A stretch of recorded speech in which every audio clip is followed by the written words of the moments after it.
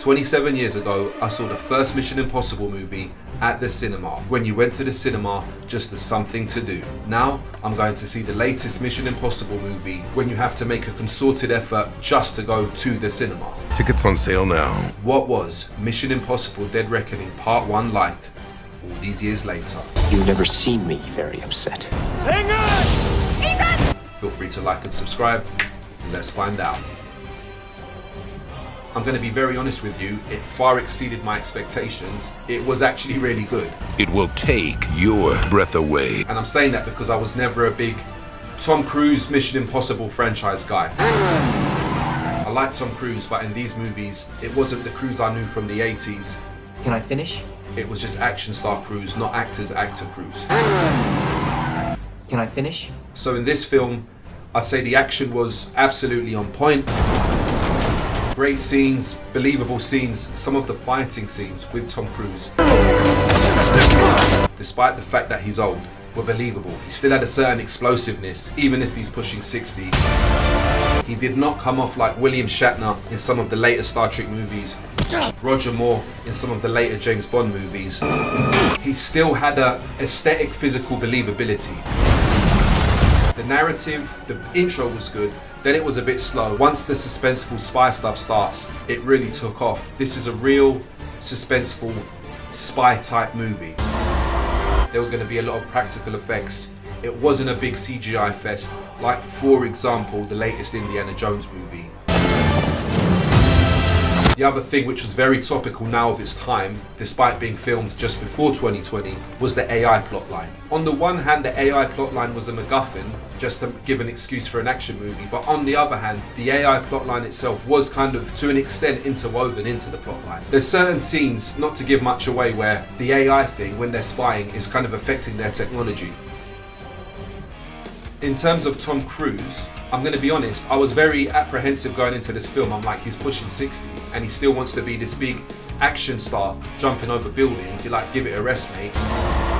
Aside from the fact he looks like an aging, middle-aged guy now in terms of facially, he pulled it off. But the other major thing going into this film was he didn't sabotage the whole movie and just turn it into a Tom Cruise I Am Awesome fest. There were scenes where the English actress, Hayley Atwell, playing the character Grace, there's certain scenes when it's like, babe, it's on you. Towards the end, she's got to go and do the spy work all on herself, which does enable Tom Cruise to then do a big motorbike show-off fest. But again, I just feel Cruise wasn't taking over the whole thing because everybody loved Top Gun Maverick. I didn't love it, but I appreciated it. I thought it was a good film. I just felt Cruise didn't pass the torch enough to the younger characters in that film. Whereas in this film, it's still heavily on Cruise, but he's just more interwoven. I just feel that this film was well executed and Cruise actually facilitated that smooth execution as opposed to in some way hinder it. So in terms of my experience with this franchise, now as we know, people going to the theatres to see movies is dwindling. But 27 years ago, summer of 96, me and my friends at the time went to the cinema just as something to do. The day before we'd been McDonald's, the day before that we'd been to the arcade. We were tired of doing the same thing, so on that day it was like, let's go and see Mission Impossible. We didn't care about the TV series Mission Impossible. We didn't care necessarily about Tom Cruise that much, but we just wanted something to do. Point being, that initial film was so slow paced that naturally my friends got bored and they started being rowdy, throwing popcorn. My friends got kicked out. They're like, come, let's go. And I was like, no. I'd grown up respecting and loving the medium of film and the sanctity of cinema. So I'm just saying that first experience, I was like, oh, forget that movie. That's the movie where it was a bit boring and my mates got kicked out and I just stayed on principle, right? Then the second movie comes out. I'm like, Tom Cruise is having a pre-midlife crisis. It's 2000, he's sporting a floppy early 90s raver's haircut. And he's doing a million endos and wheelies on his motorbike. Not to mention a million orchestrated capoeiras with his hair all over the place. This is a man who's so masturbatory, but he looks like he's practicing abstinence. So his masturbatory nature is getting manifested in all types of physical expression on film.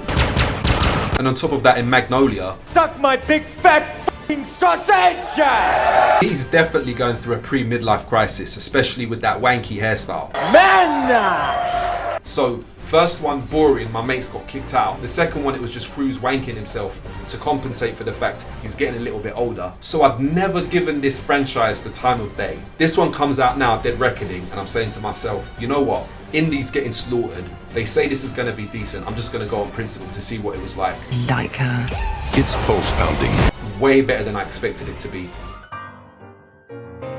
Overall for me, it was a bit of a hidden gem. It was a bit of a surprise one. I think it was a textbook, really good spy movie. Really well done acting. Not acting in terms of a Hoffman De Niro, acting in terms of the plotline, the narrative and the pace of the film. Not to mention, obviously the stunts. I haven't taken his action career as seriously as I could have, because I kind of really got connected with the Cruise performances from the 80s. You are beautiful, man. But in this movie, it's unfaultable. It's way better than Indiana Jones, which was faulted. You can check my previous video on Indiana Jones for that. Far better than that. The bad guy, I really enjoyed the bad guy. It's been a long time, friend. I'm not going to give too much away, but there was a scene in a kind of modern nightclub in Venice. Very enjoyable. They certainly managed to sidestep the fact that some of the cast are getting really old, including the leading man Tom Cruise. I would recommend this movie over Top Gun Maverick, personally. My only gripe was not just the fact he's looking a bit older. He did have a great symbiotic synergy with the Hayley Atwell character, but still, when you're getting to 60, you still need to have a bit more of a mentor type role, and he's still just the main guy. But he still pulled it off really well. This is a highly recommendable spy, suspenseful action film that I would recommend anyone to go and see in the cinema. It was such a good film, I kind of half have an inclination to give it 8, but just based on the fact that people are a little bit too old for it to be that great movie, I have to give it a 7.9. Salute to Tom Cruise. The dude is one of the most powerful players and contributors in Hollywood right now. So that's my take on Mission Impossible Dead Reckoning Part 1. Leave a little comment in the description box if you agree or disagree, and if you've made it to the end of the video, like I always say, first of all, thank you very much. Secondly, feel free to like and subscribe, and I'll see you on the next one.